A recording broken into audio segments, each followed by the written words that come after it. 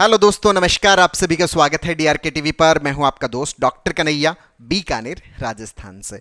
दोस्तों, बहुत सारे लोग मुझसे एक प्रश्न पूछते हैं कि सर, ये जो हमारा ब्लड प्रेशर होता है, ये जो एंजाइटी होती है, ये एंजाइटी और ब्लड प्रेशर के अंदर क्या रिलेशन है? एंजाइटी में ब्लड प्रेशर क्यों बढ़ जाता है?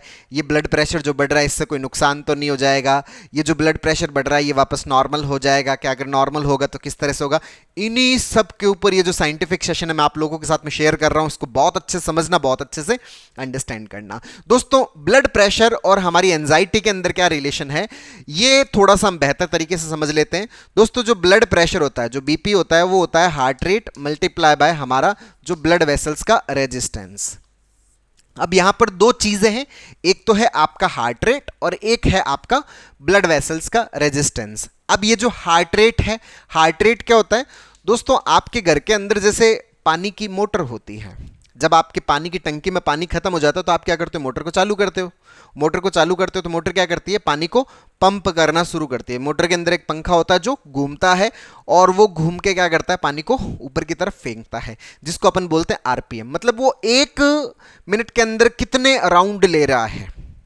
तो एक मिनट में जितने, मान लो वो 100 राउंड ले रहा है तो उसका जो आरपीएम है वो 100 हो गया। अगर वो 1000 राउंड ले रहा है तो उसका आरपीएम कितना हो गया? 1000 हो गया। वही सेम चीज हमारी बॉडी के अंदर भी है। हमारी बॉडी के अंदर भी एक मोटर लगी हुई है जो पूरी बॉडी के अंदर क्या करती है? ब्लड को पंप करती है, ब्लड को सर्कुलेट करती है। और वो मोटर कौन सी? हमारा हार्ट। अब हार्ट जो है वो एक मिनट में जितनी बार पंप करता है, वही क्या होती है? उसकी हार्ट रेट होती है। जैसे सामान्यतः हम क्या, एक एवरेज जो हार्ट रेट है वो कितनी मानते हैं? 72 मानते हैं। अच्छा, ये 70 भी हो सकती है, 65 भी हो सकती है, ये 80 भी हो सकती है, 85 भी हो सकती है, 90 भी हो सकती है। वो एवरेज अगर हम बात करें ना, एवरेज कितना हम लेते हैं? वो 72 होता है। तो अगर आपका हार्ट रेट कम होता है तो ब्लड प्रेशर कम होता है, अगर हार्ट रेट बढ़ता है तो ब्लड प्रेशर बढ़ता है। तो ब्लड प्रेशर को अफेक्ट करने वाला एक फैक्टर है, वो तो हमने बहुत अच्छे से समझ लिया। दूसरा, ये क्या बला है सर? ये जो ब्लड वेसल्स का जो रेजिस्टेंस है, ये क्या बला है? दोस्तों, आप किसी भी रास्ते पर चलते हो, अगर रास्ता जो है, अगर रास्ता सुगम है तो उसमें चलने के अंदर क्या होता है? बहुत इजी लगता है, बहुत आराम से आप क्या होते हो? आगे बढ़ते हो। लेकिन अगर रास्ता दुर्गम है, मतलब सड़क है वो सही तरीके से नहीं बनी हुई, उसमें गड्ढे हैं, मतलब सड़क जो है वो छोटी भी है, तो चलने के अंदर क्या होती है? परेशानी होती है। मतलब चलने के अंदर क्या फील होता है? रेजिस्टेंस फील होता है। तो रास्ता अगर सुगम है, अगर रास्ता खुला है, बड़ा है, तो चलने के अंदर क्या होती है? बहुत ज्यादा आसानी होती है। रास्ता अगर दुर्गम है, उबड़ खाबड़ है, छोटा है, तो चलने के अंदर क्या फील होता है? रेजिस्टेंस फील होता है। वही सेम चीज हमारे ब्लड के साथ में भी है। ब्लड जब ब्लड वेसल्स के अंदर ट्रेवल करता है तो ब्लड वेसल्स को रेजिस्टेंस फील होता है। जो ब्लड जो है उसको रेजिस्टेंस फील होता है ब्लड वेसल के अंदर। अब ये रेजिस्टेंस किसके ऊपर निर्भर करता है? ये निर्भर करता है कि ब्लड वेसल्स का साइज, जो उसका जो डायामीटर है वो कैसा है। अगर डायामीटर छोटा है, अगर रास्ता छोटा है, तो रेजिस्टेंस क्या फील होगा? ज्यादा फील होगा। और अगर डायामीटर बड़ा है तो रेजिस्टेंस क्या होगा? कम होगा। तो रेजिस्टेंस किसके ऊपर निर्भर कर रहा है? ब्लड वेसल्स के साइज के ऊपर। अब सीधी सी बात है, अगर रास्ता इतना छोटा है तो रेजिस्टेंस ब्लड को ज्यादा फील होगा, और रास्ता इतना बड़ा है तो रेजिस्टेंस कम होगा। तो ये जो ब्लड वेसल्स का रेजिस्टेंस है, किसके ऊपर निर्भर करता है? ब्लड वेसल्स के डायमीटर पे। डायमीटर अगर कम है तो ये ज्यादा होगा, और डायमीटर अगर ज्यादा है तो ये कम होगा। तो ये दो चीजें हमें बहुत अच्छे से समझ में आ गई है। तो यहां पर ये अगर हमें बहुत अच्छे से समझ में आ गई है, तो अब यहां पर ये बीपी पर किस तरह से, अगर दोस्तों आपका जो हार्ट रेट अगर बढ़ता है तो बीपी बढ़ता है, और अगर ब्लड वेसल्स का रेजिस्टेंस अगर बढ़ता है, मतलब अगर उसका अगर साइज छोटा होता है, आकार उसका छोटा होता है, डायमीटर अगर उसका छोटा होता है, तो रेजिस्टेंस बढ़ेगा तो बीपी बढ़ता है। अब ये दोनों चीजें जो होती है ना, ये किससे कनेक्टेड होती है? ये हमारे एएनएस से कनेक्टेड होती है। अगर आपका एएनएस नॉर्मल है तो हार्ट रेट भी नॉर्मल होती है, और आपका जो ब्लड वेसल्स का रेजिस्टेंस है वो भी क्या होता है? नॉर्मल होता है। लेकिन अगर आपका एएनएस असामान्य रूप से उत्तेजित होता है तो आपका एक तो हार्ट रेट बढ़ता है तो बीपी बढ़ेगा, दूसरा आपका जो ब्लड वेसल्स है उनका डायमीटर भी क्या होता है? कम हो जाता है। कम हो जाता है तो रेजिस्टेंस बढ़ जाता है, रेजिस्टेंस बढ़ जाता है तो बीपी बढ़ता है। समझ में आ गया? एएनएस अगर असामान्य रूप से उत्तेजित होता है तो बीपी क्यों बढ़ता है? क्योंकि हार्ट रेट बढ़ती है और बॉडी ब्लड वेसल्स का जो रेजिस्टेंस है वो भी हमारा बढ़ता है। अब ये जो एएनएस है ये असामान्य रूप से कब उत्तेजित होता है? जब आप एंजाइटी में होते हो। जब भी दोस्तों हम एंजाइटी में होते हैं, जब भी हम परेशान होते हैं, जब भी हम घबराहट में होते हैं, जब भी हम बेचैनी में होते हैं, तो हम एंजाइटी में होते हैं। जब भी हमारे दिमाग के अंदर ऑटोमेटिक नेगेटिव थॉट्स चलती है, कोई भी छोटा सा ट्रिगर मिला, दिमाग में नेगेटिव थॉट्स आ रही है, एंजाइटी और उससे एएनएस गड़बड़ हो रहा है, उससे बीपी बढ़ रहा है। क्यों? क्योंकि हार्ट रेट और जो ब्लड वेसल्स का रेजिस्टेंस है वो दोनों बढ़ जाता है। तो अब यहां पर हमें यह समझ में आ गया है कि एंजाइटी के अंदर बीपी क्यों बढ़ता है, यह हमें बहुत अच्छे से क्लियर हो गया है।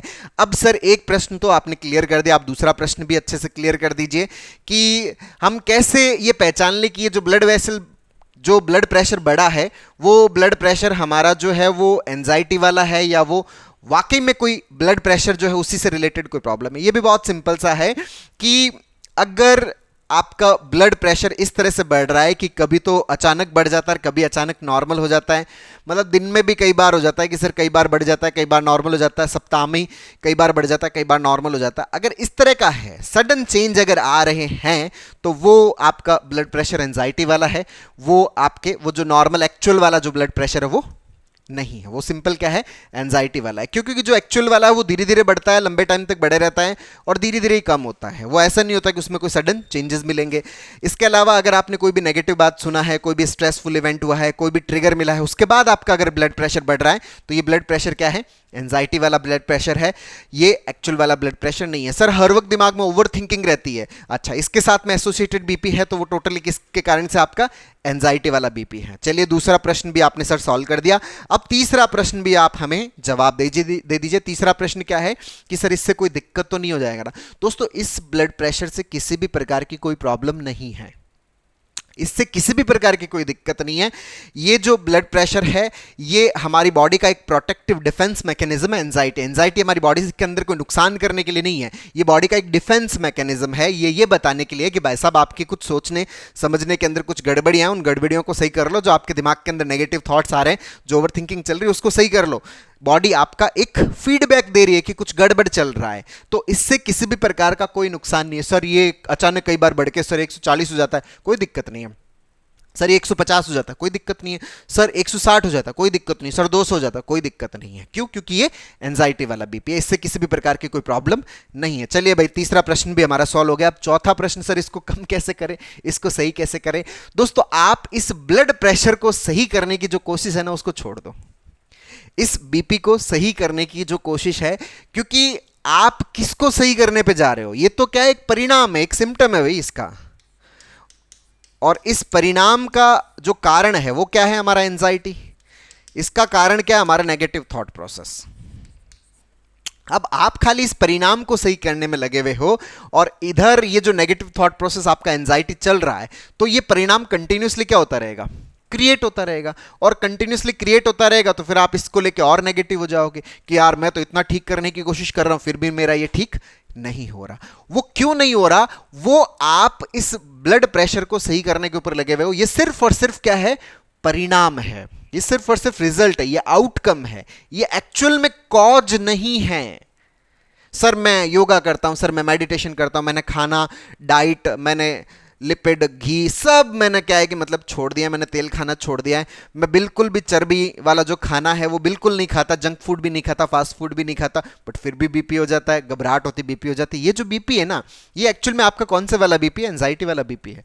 इसके लिए इसको जो सही करने की कोशिश है ना, उसको छोड़ दीजिए, इस बीपी को कम करने की कोशिश छोड़ दीजिए। आप तो इसका जो रूट मैकेनिज्म है, जो हमारा नेगेटिव थॉट प्रोसेस है, जो हमारा एंजाइटी वाला पार्ट है, उसके ऊपर काम करिए भाई, जड़ के ऊपर काम करिए। ऊपर पत्तियों को पानी देने से पत्तियां हरी नहीं होगी, आप जड़ को पानी दे दीजिए, जड़ को सही कर लीजिए, पेड़ अपने आप क्या हो जाएगा, ठीक हो जाएगा। पेड़ जो है, पत्तियां जो है, वो उस जड़ का ही क्या है, परिणाम ही तो है। तो आप इस पत्तियों पे काम मत करिए, आप इसकी जो रूट मैकेनिज्म है, जो नेगेटिव थॉट प्रोसेस, जो हमारे दिमाग के अंदर नेगेटिव पैटर्न्स बने हुए, उन पैटर्न्स को सही कर लीजिए, तो आपका ये पूरा का पूरा प्रोसेस क्या हो जाएगा, नॉर्मल हो जाएगा, ठीक हो जाएगा। तो हमें क्या करना है, हमारे नेगेटिव थॉट प्रोसेस के ऊपर काम करना है, हमारे नेगेटिव पैटर्न्स के ऊपर काम करना है, सीबीटी के ऊपर प्रैक्टिस करना है। अब ये नेगेटिव थॉट्स दोस्तों, ये आपका जो सराउंडिंग को लेके, आपको जो खुद को लेके, जो आपका फ्यूचर को लेके, जो आपके साथ में जो पास्ट इवेंट्स हो गए, जो आपको जो परिस्थितियां उपलब्ध है, इनको लेके जो हमारा एक नेगेटिव परसेप्शन होता है ना, वो नेगेटिव परसेप्शन हमें हमारे करंट, हमारे प्रेजेंट को, हमारे अंदर एक्सेप्टेंस पैदा नहीं होने देता। और जब उसकी एक्सेप्टेंस पैदा नहीं होती तो हम अपने वर्तमान को स्वीकार नहीं कर पाते, हम उसको कंटिन्यूसली क्या होते हैं, रिजेक्टिंग मोड में तो लड़ाई करते रहते हैं। और उसके कारण हमारा दिमाग किस में रहता है, ओवर थिंकिंग में रहता है, उसके कारण हमें एंजाइटी होती है, एंजाइटी होती है तो हमारा एएनएस गड़बड़ होता है, और एएनएस गड़बड़ होगा तो बीपी बढ़ेगा। तो इस बीपी को फिर से हम कम करने पर लगेंगे, ये कम होगा नहीं तो हम हेल्पलेस फील करेंगे, वो हमारी एंजाइटी को और बढ़ाएगा। तो करना क्या है, इसको ठीक करने के ऊपर काम नहीं करना, इसका रूट मैकेनिज्म है उस पर काम करना, नेगेटिव थॉट प्रोसेस पे सीबीटी का प्रैक्टिस करना, पैटर्न्स को सही करना, ये टोटली ठीक हो जाता है। 100% ये पूरी तरह से नॉर्मल होता है।